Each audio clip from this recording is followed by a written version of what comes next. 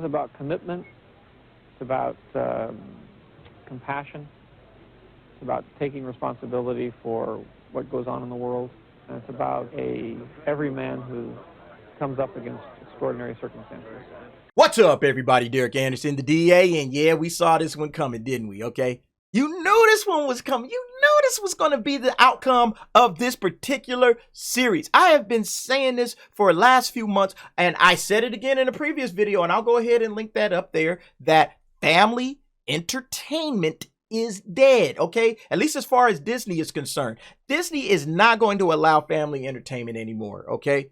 You saw what was going down in Florida. You see what's been happening on all of their shows. This is going to be no different. Disney's Willow puts a queer romance front and center. And it was just organic, is the creator. Yeah, I'm going to call bullshit on that, homie. This ain't organic at all. And I'm going to prove it to you. I'm going to show you exactly how this article brings that out. But let's go ahead and check it out. This is on Polygon. So it says here, a princess and a lady knight never got together in George Lucas's original, but for Jonathan Kasdan, it was an obvious next step. The original Willow was not some kind of a grim, dark fantasy film, okay? Go back and watch it. I'm telling you, it wasn't a YA novel either, which is what we got with this particular show. We're getting a YA novel about teen angst, okay? Teenager angst, teenager emotions, okay? That's what we're getting. The original Willow, however, was just a fun movie for kids, okay? That's all it was. It was a fun movie for kids and families. Let's actually look at what George Lucas said. Willow is about commitment. It's about compassion. About taking responsibility for what goes on in the world. And it's about a everyman who comes up against extraordinary circumstances. Did you hear that? Okay, it's about values, all right? It's about believing in something, okay? It's not about teenage angst or their emotions or their relationships. It's about values. You heard the man. It's about believing in something, commitment, compassion, responsibility. That's what Willow was about. This nonsense is about who's going to get together next, right? Will they ever be accepted for who they are and they're really hard? That's what this thing is about, you know? Will the young child get a chance to be a daring knight as she goes off on adventures? Willow's about something real, something that kids and families could relate to, okay? Values that no longer apparently exist in Disney lore. Let's go ahead and read. So it says Ron Howard and George Lucas's 1988 fantasy epic Willow aimed to do for fantasy cinema what Star Wars had done for science fiction. While it didn't quite live up to that lofty promise, Willow remains a cult favorite, a pillar of the crop of 1980 fantasy films that delighted adults and both terrified and enthralled children. Right. That's what it was. It was something for families, right? Adults were delighted. Kids were in the theaters. Oh, no, it's going to happen. You know, that's kind of how it went down, right? Now, for me, when I first saw Willow, Willow was just, you know, it was a fun kids film. You know, like I was 15 by that time. So it was, I don't even remember if I took my brother to see it or if we saw this thing. I do know I saw it in theaters, but it was just like a fun kids film. And I was kind of like, yeah, that's really for like younger kids and stuff, you know, preteens. It's really not for kids in their teenage years. But that's what they're going to do now. They're going to try to slap this YA layer over this kids film. And then they're just going to fill it with all kinds of woke nonsense, woke propaganda coming. And it's just sad, man. Amongst the kids was Jonathan Kasdan.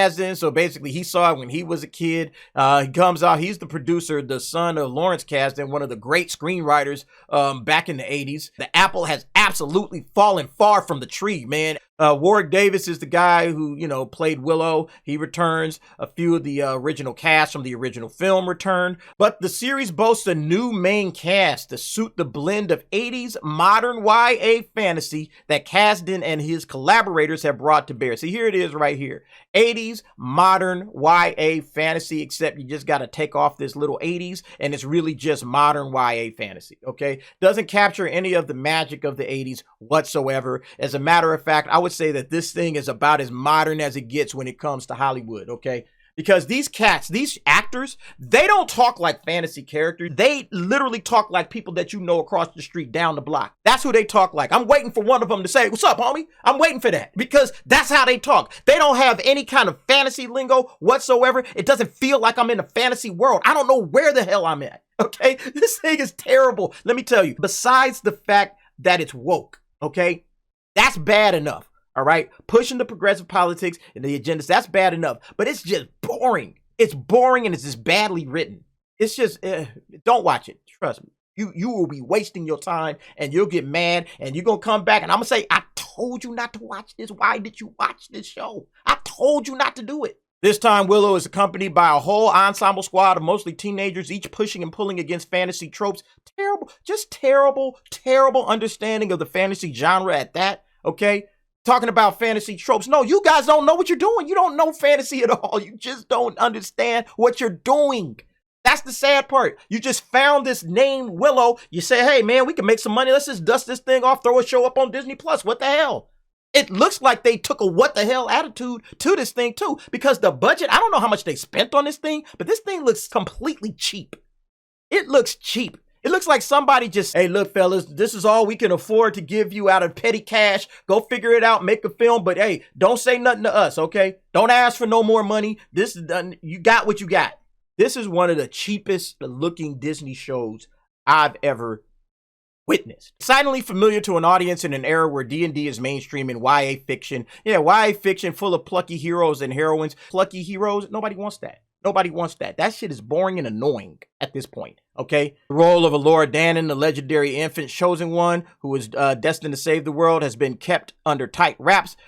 And here, yeah, this under tight wrap stuff didn't matter. In 10 minutes, you know exactly who Elora Danan is. You know exactly who Elora Danan is 10 minutes into the first episode if you have any smidgen of a brain, all right? This is like the worst part of this whole thing, is that this Elora Danan was just so much in your face. Like, well, yeah, that's Elora Danan. It's almost worse than that Sauron shit, right? Like, oh, that's Sauron. Oh, that's Elora Danan. It's like, it's so obvious. That's because these cats can't write. These cats have no idea how to write. And look, this particular part right here, this is how you know that this was intentional and on the nose, and they meant to do this. They did, all this organic shit goes out the window. In a long overdue and welcome development for fantasy cinema, television, and the Disney Corporation itself, Kit and this chick they describe her, and then Jade, another girl they describe, are as though someone took every tomboy fantasy heroine in the YA literature canon, tossed them in the blender, and flipped a big mad scientist lever from subtext to text. Exactly.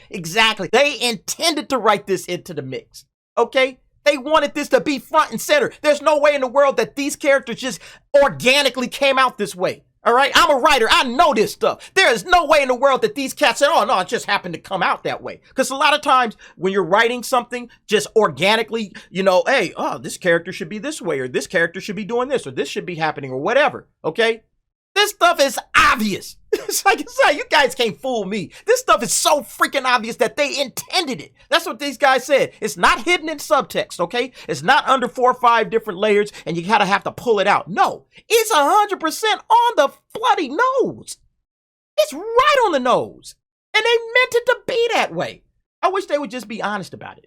They said they sat down to talk to Kasdan about being the first true franchise on Disney Plus to really center a queer story. And look, man, these guys, I'm sorry, Disney, they don't care about making something for everybody anymore. That's who Disney was, and that's how Disney became big, okay?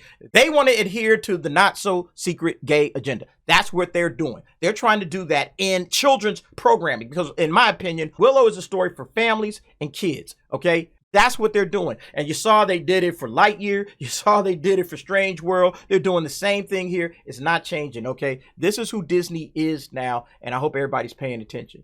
It says, how did a queer relationship come to be the core of this show? You hear that? The core of the show, right? And when did it enter the process, and was there any pushback? Jonathan Kasdan answers, there was no pushback. What's interesting is, I hope and I believe we're at a moment where you're going to see a paradigm shift in that. And hopefully the way that it's gonna happen is that these kind of queer stories, particularly like this one, that were just organic to the narrative we were telling, find their way in, and it becomes less of a surprising and unusual thing to see.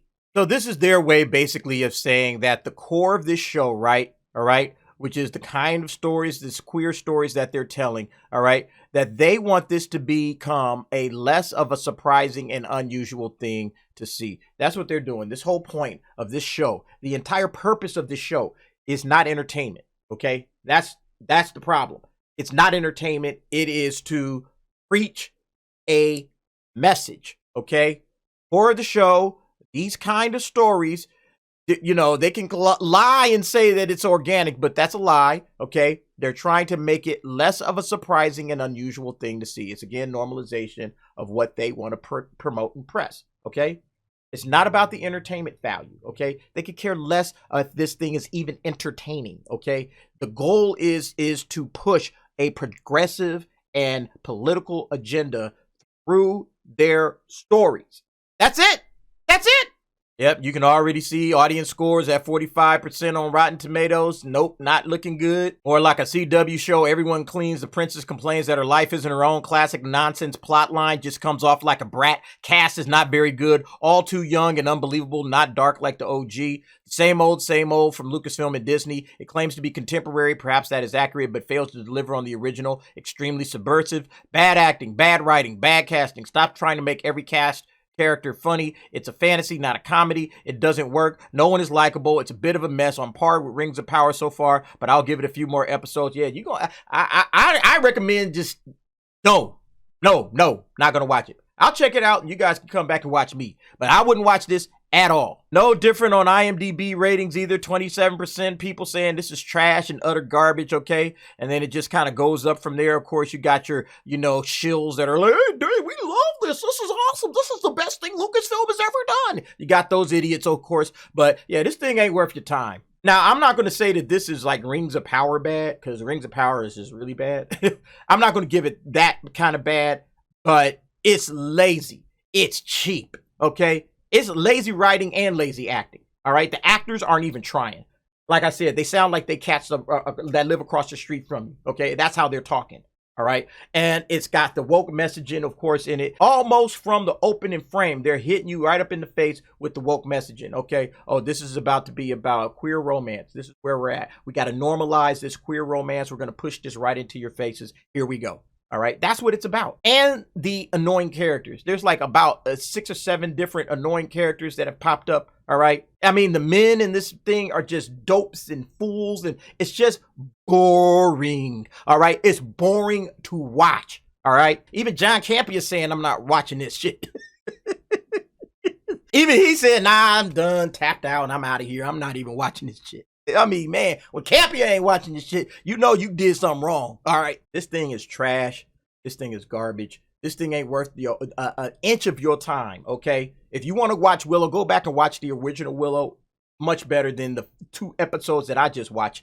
Boy, oh boy. But anyway, folks, what do you think about Willow? This thing is dead on arrival. It is doomed to failure. You guys go ahead, get down in the comments, leave me your thoughts and your opinions on that. Thanks for watching. See you next time.